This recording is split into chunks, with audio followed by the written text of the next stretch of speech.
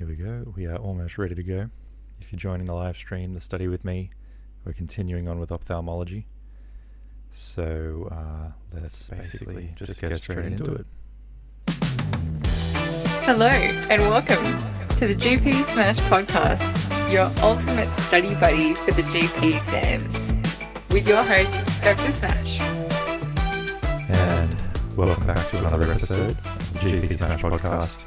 And study with me live stream on twitch.tv/GP Smash podcast. You can also find recordings of this study with me session on YouTube at the GP Smash podcast channel. Without further ado, let's continue on. Today we are continuing through the ophthalmology module published by the RACGP, which is the College of General Practitioners down here in Australia.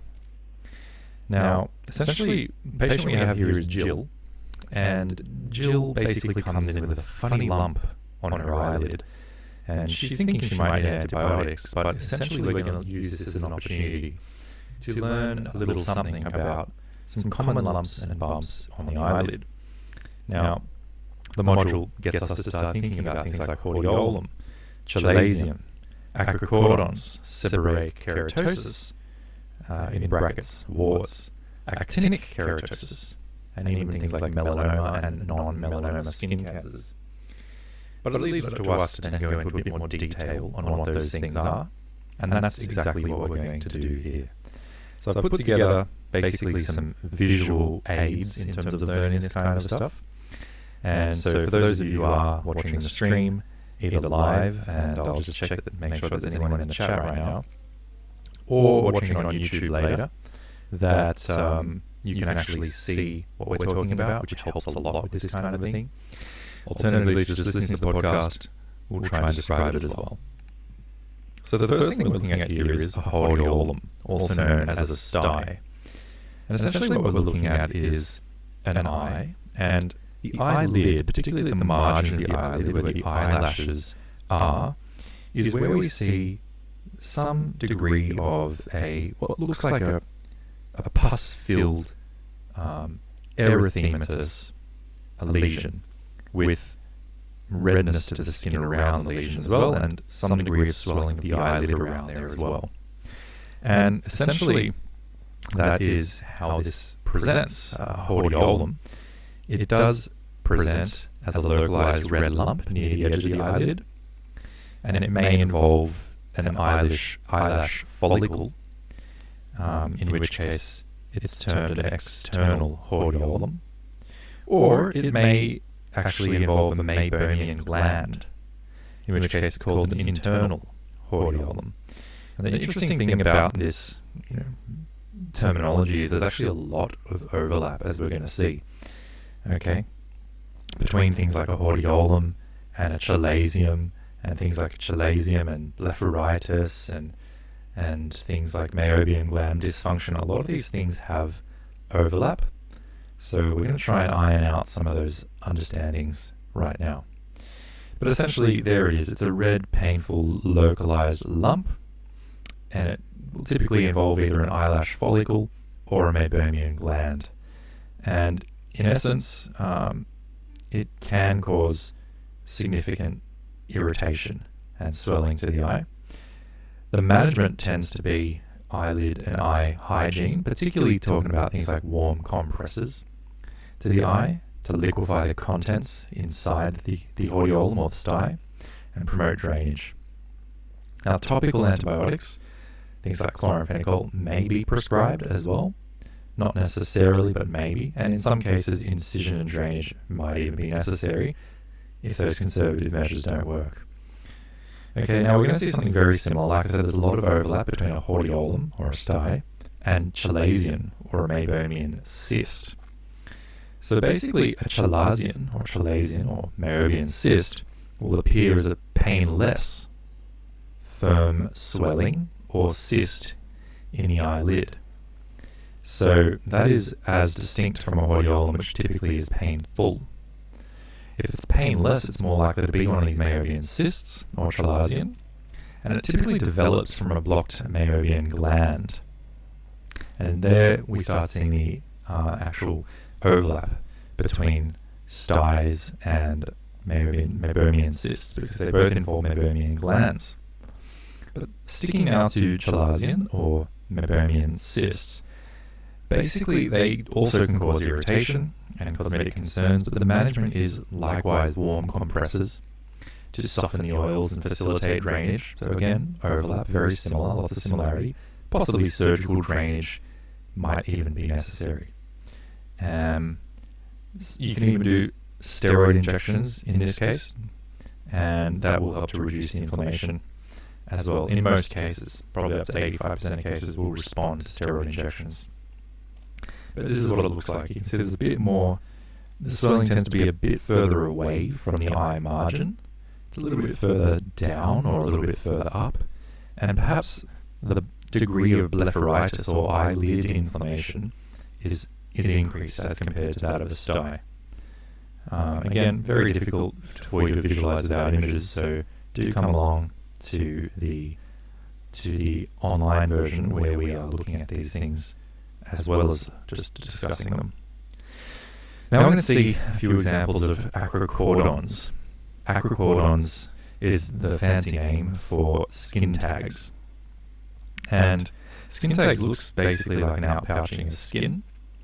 Okay, they're small, they're soft, and they're called pedunculated. Pedunculated skin growths, often found in areas where skin rubs against other skin. Not necessarily the case here, but nevertheless, they have a pretty distinct appearance, and they're benign. But for cosmetic reasons, you may, or the patient may want to have it removed, and that's certainly possible. There's not too much more to say about these, I don't think, not at this point anyway. So moving on, we come to another very interesting topic, that of seborrheic keratosis. And you'll recall that seborrheic keratosis was also described as warts by the RACGP module. Now, they kind of look like warts to some extent, but essentially the key feature is that they look like they've been stuck onto the surface of the skin, and there can be numerous of them, and they also tend to be, they tend to appear quite suddenly, multiple suddenly appearing sort of stuck-on lesions should prompt you to think about seborrheic keratoses. Okay? And in that sort of a case, when there are multiple large seborrheic keratoses, could be a marker of malignancy, so it's something to be careful of.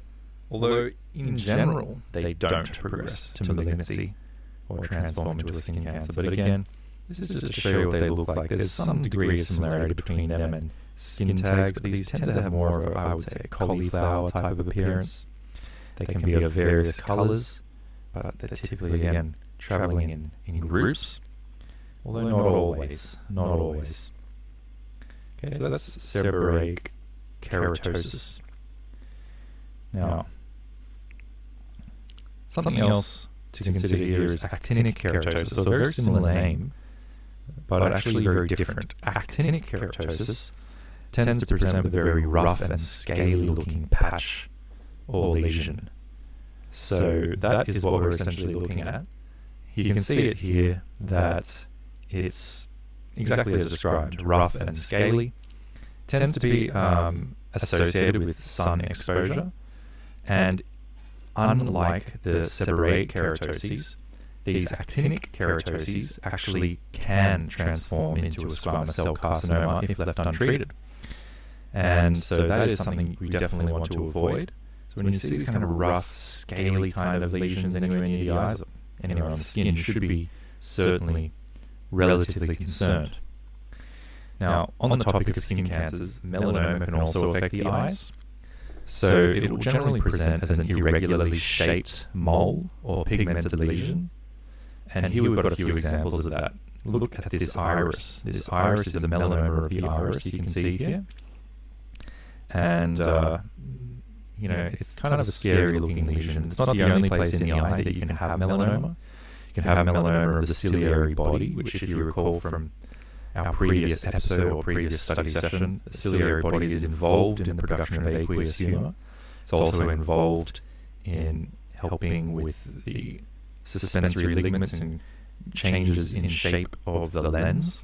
It's a very important structure, but it can also be affected by melanoma, as can the choroid at the posterior portion of the eye. These can all be affected by melanoma, but it's really quite dramatic when you see it in the iris of the eye. It's quite obvious that something there is not quite right, but it may start off as something a bit less obvious. And so it's definitely something to be very careful of. And when you do a skin check in someone, make sure you do look closely at their eyes. Okay, now, the thing also to consider is it's not just melanoma, but there's also other non-melanoma skin cancers that can affect the eyes. One of those is basal cell carcinomas. And basal cell carcinomas, we hear about them often appearing as pearly or waxy bumps. And here we can see an example of that if you are watching along. But as this I've got a poster here that sort of demonstrates that that's not always the case. And in fact, there are many faces of basal cell carcinomas. They can be large, pedunculated, ulcerated, multicolored, dark lesions, as well as this sort of smooth, pearly, plaquey, waxy bump that we more classically hear about. Here's an example of a basal cell carcinoma near the eye. This one has more of a typical pearly, waxy bump type of an appearance. Likewise, this one sort of looks somewhat similar, maybe a small cluster of them there.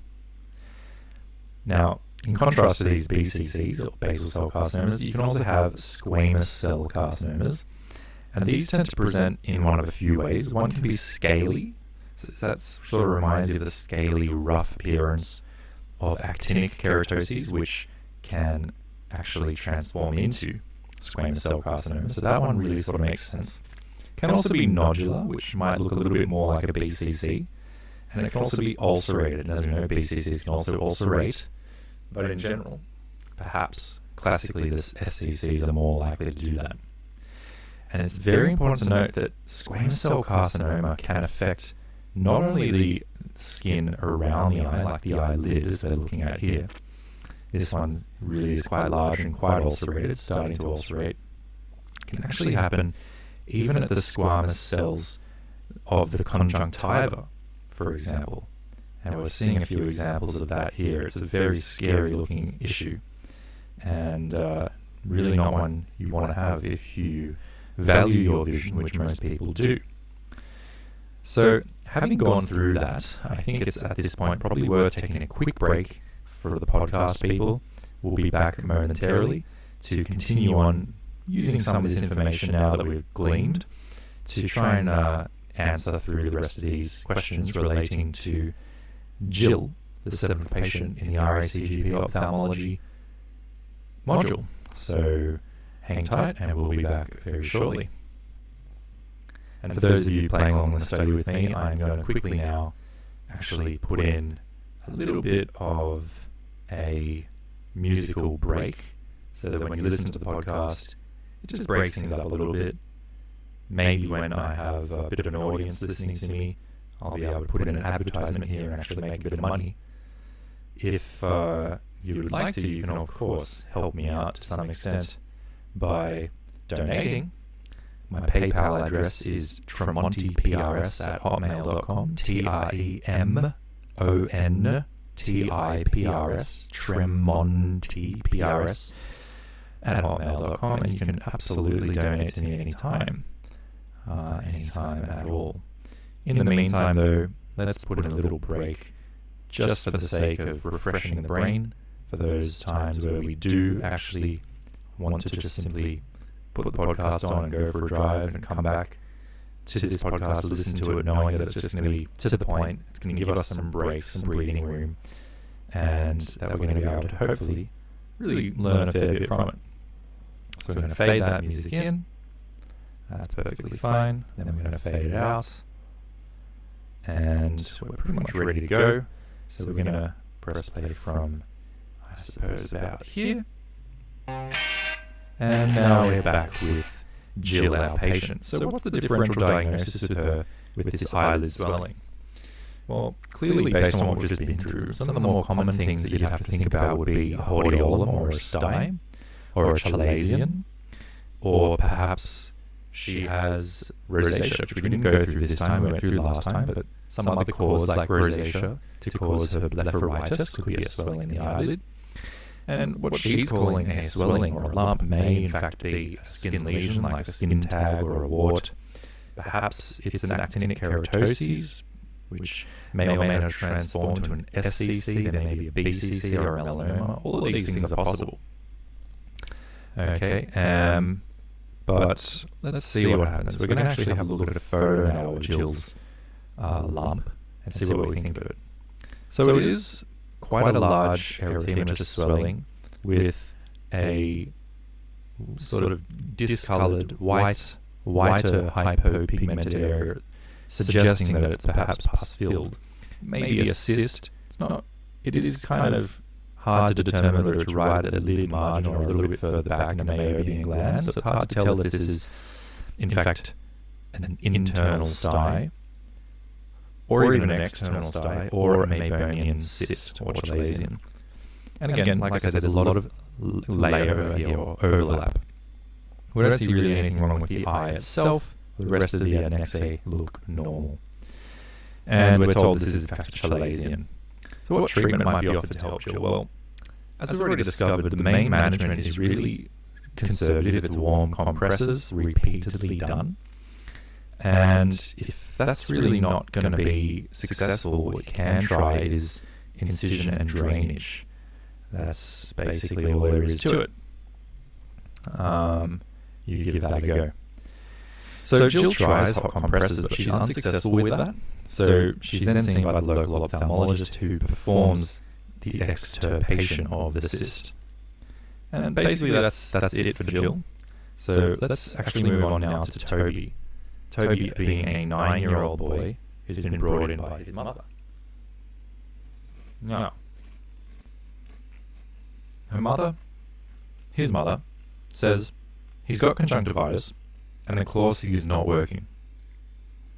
I've got to get him fixed. But the school won't let him go to school, and I need to be at work. Well, this harkens back to a few episodes ago. Sorry, I was having a bit of a little bite of a cookie my wife brought me earlier. I'm going to just take that out of the podcast. He's been brought in by his mother. Because again, we want the podcast to be nice and crisp and clear. The study sessions are a little bit more informal. So Jill tries hot compresses, but she's unsuccessful with that. And basically that's it for Jill. So let's actually move on now to Toby. Alright, so we're going to move on to Toby. I'll just clip that there. Have a little bit more of this biscuit my wife brought me.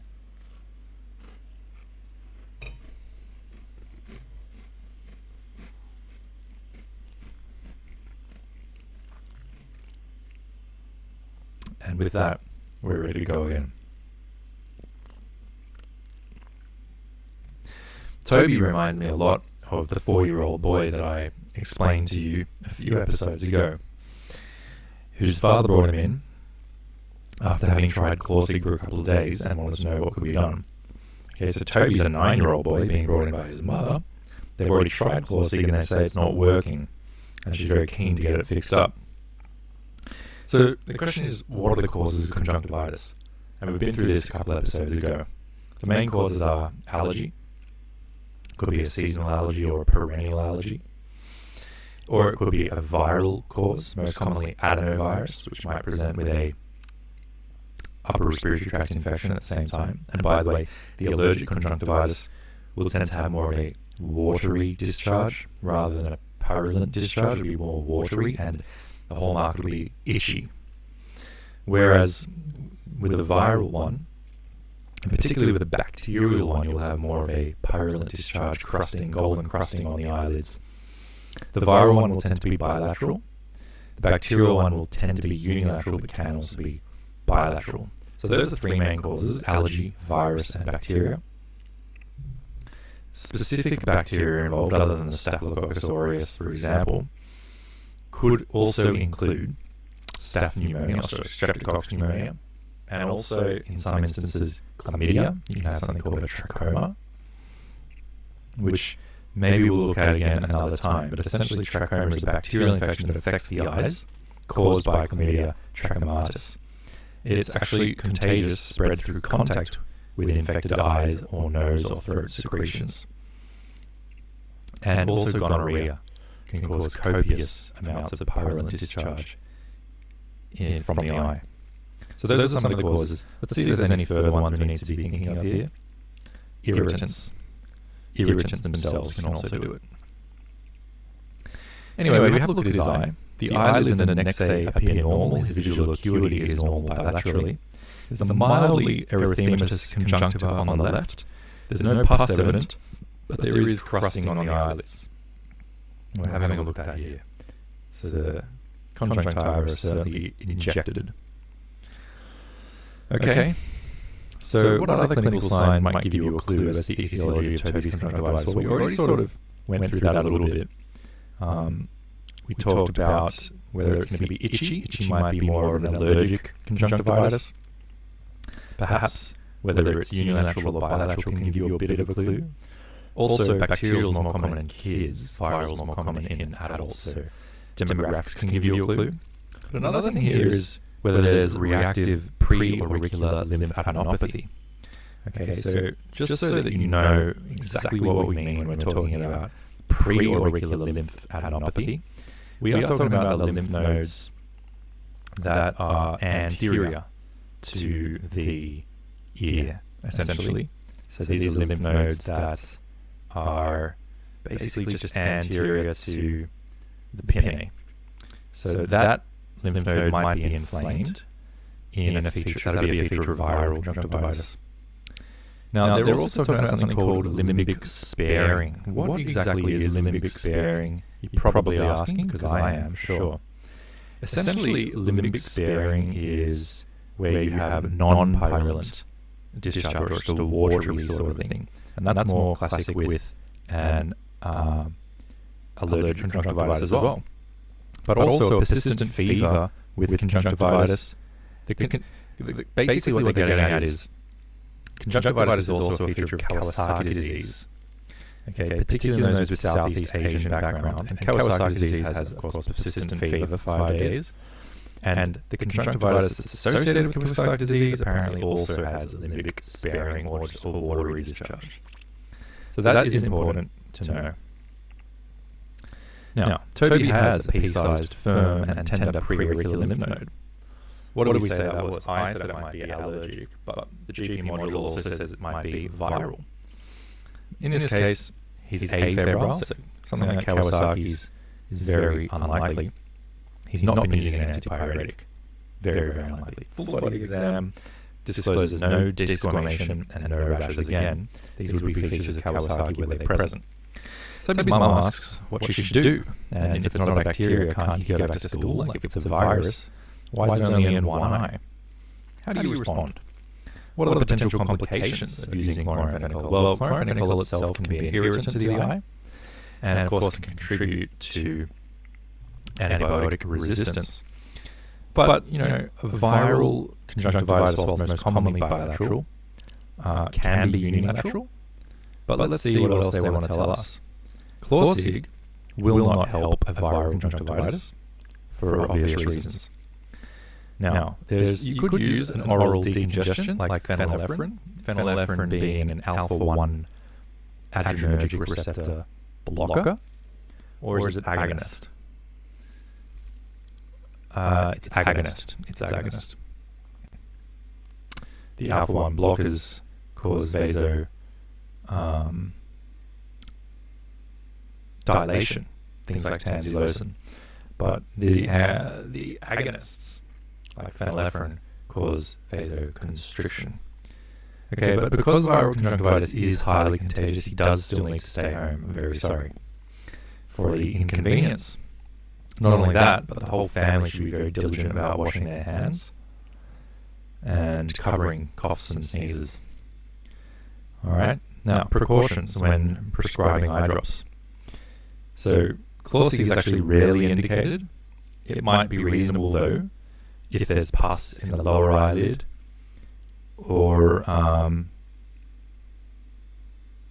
Where's another reason why you might do it? There's no major complications of using chloramphenicol. So I mentioned a couple of things, but they're not considered major complications. And aplastic anemia is not associated with its use. I'd never thought it would have been.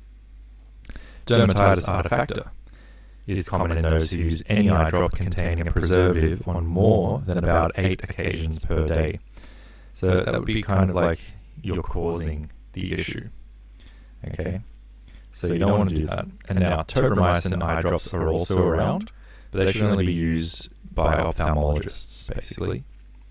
And only really on the basis of people that have positive swabs that require tobramycin. So Toby comes back a few weeks later for an unassociated condition. The conjunctivitis is fully resolved, so basically it's self-resolved and nothing in particular was actually needed to be done. Alright, so we're moving along here.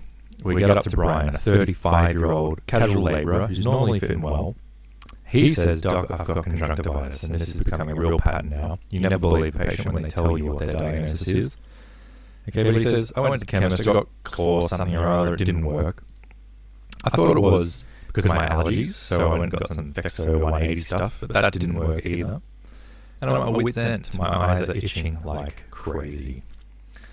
Okay, so the question here is, what do you know about histamine receptors in the eye, and what receptor type is expressed? Which is an excellent question, and I have to say I don't know a lot, so I'm going to ask a friend.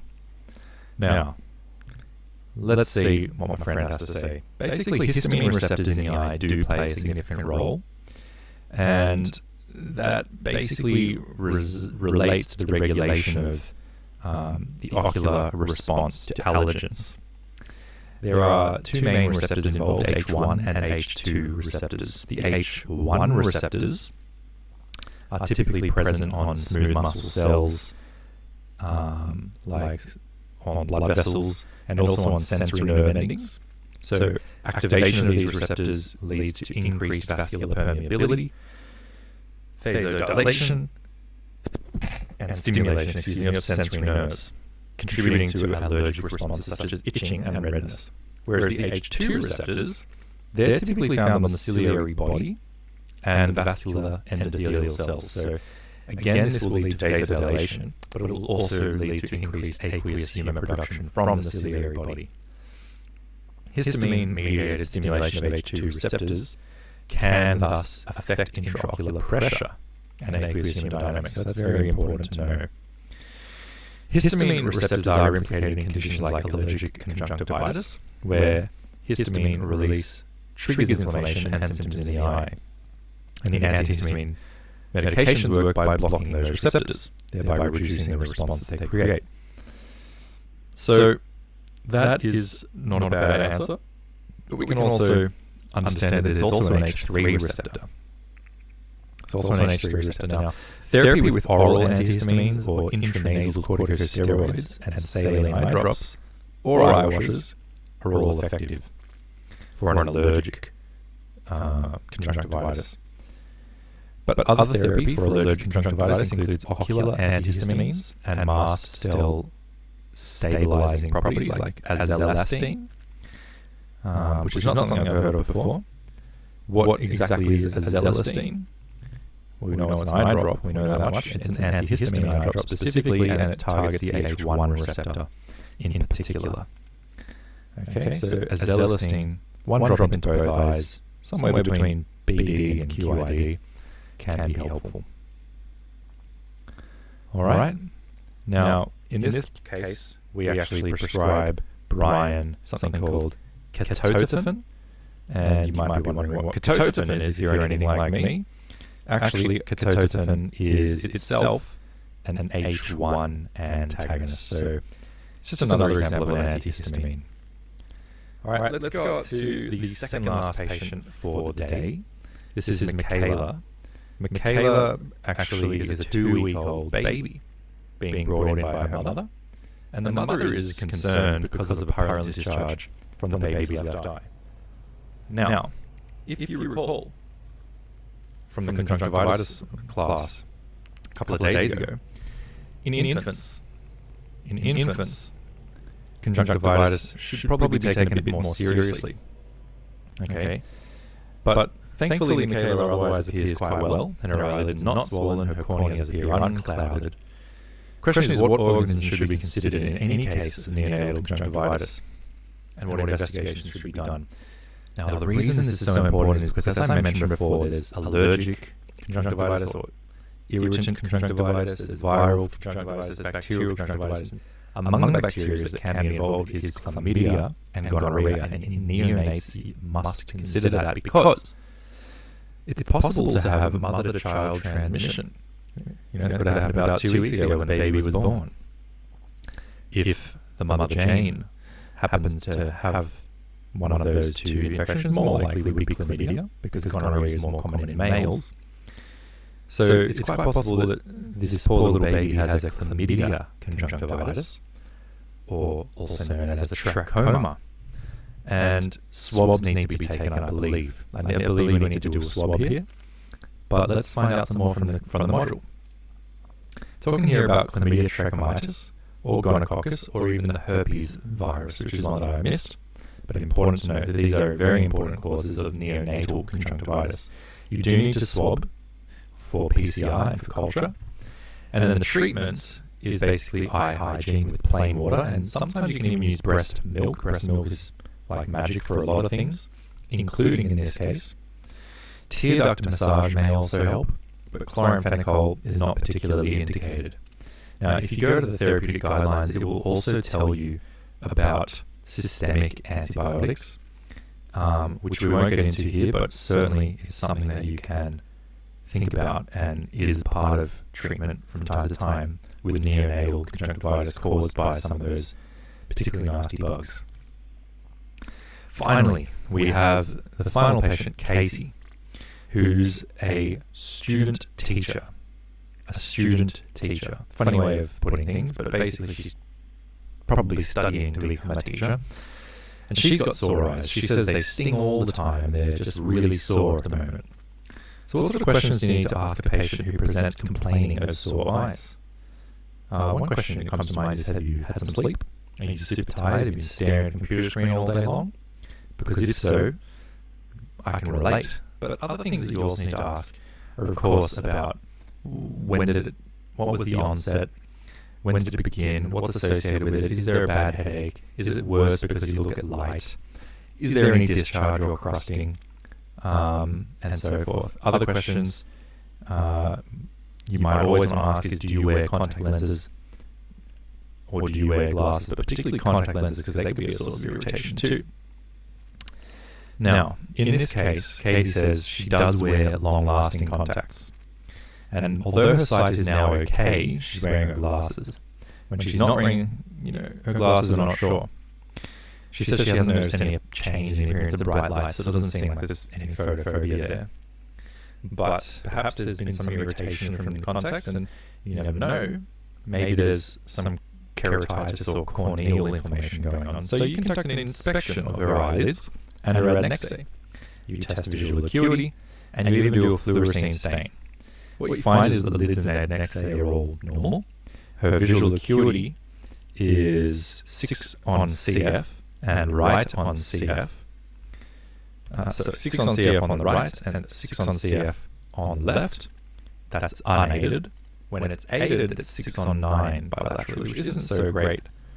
Now, I'm not actually sure what this 6 on CF means, but basically 6 on CF indicates that the visual acuity in the right eye isn't amazing. So basically the number before the slash, which in this case is 6, that represents the testing distance in meters. So 6 just means that the test was conducted at a distance of 6 meters. But CF stands for count fingers. This means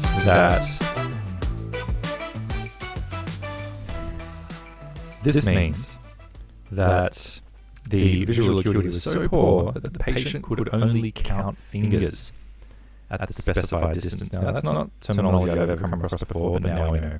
At 6 meters, she could only count fingers.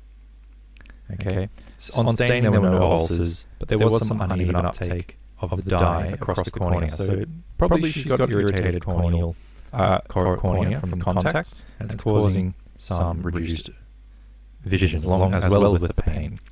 So what would be the next step for her?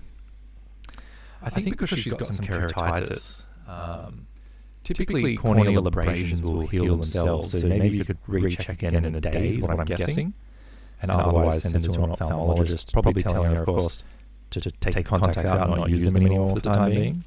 So she should not use her contact lenses, because corneas actually receive oxygenation from the atmosphere.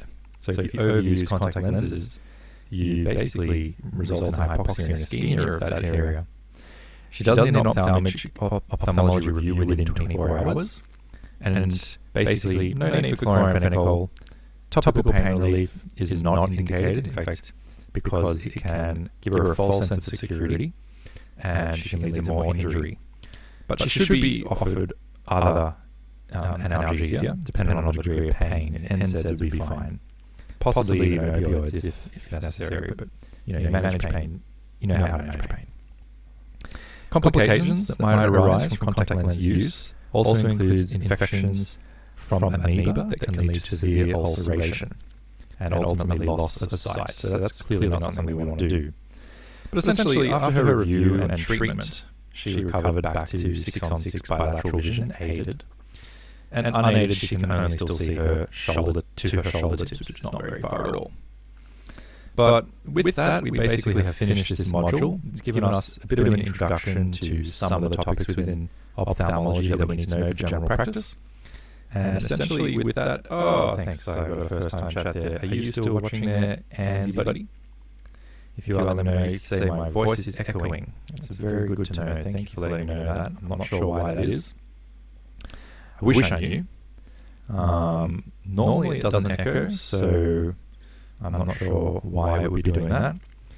In any case, if you're still there, let me know if it's still echoing. I'm not sure if it's maybe because I was recording the podcast at the same time. But yeah, cheers. Thank you for watching, Andy-buddy. Now, I'm going to finish off the podcast essentially with that. Thanks. So I've got a first time chat there. I used ophthalmology that we need to know for general practice.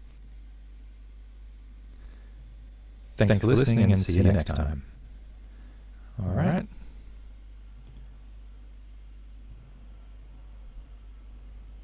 Thanks. So no for general practice.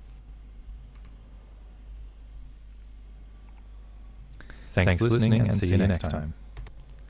All right, and then we'll get this music, bring it to the end.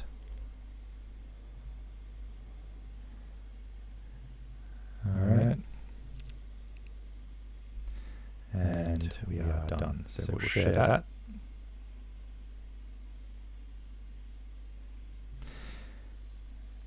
Okay.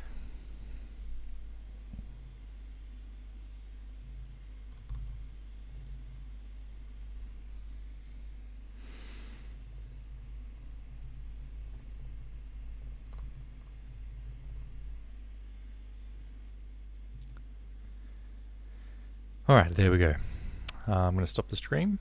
Thank you for joining me, and we'll see you next time. Bye.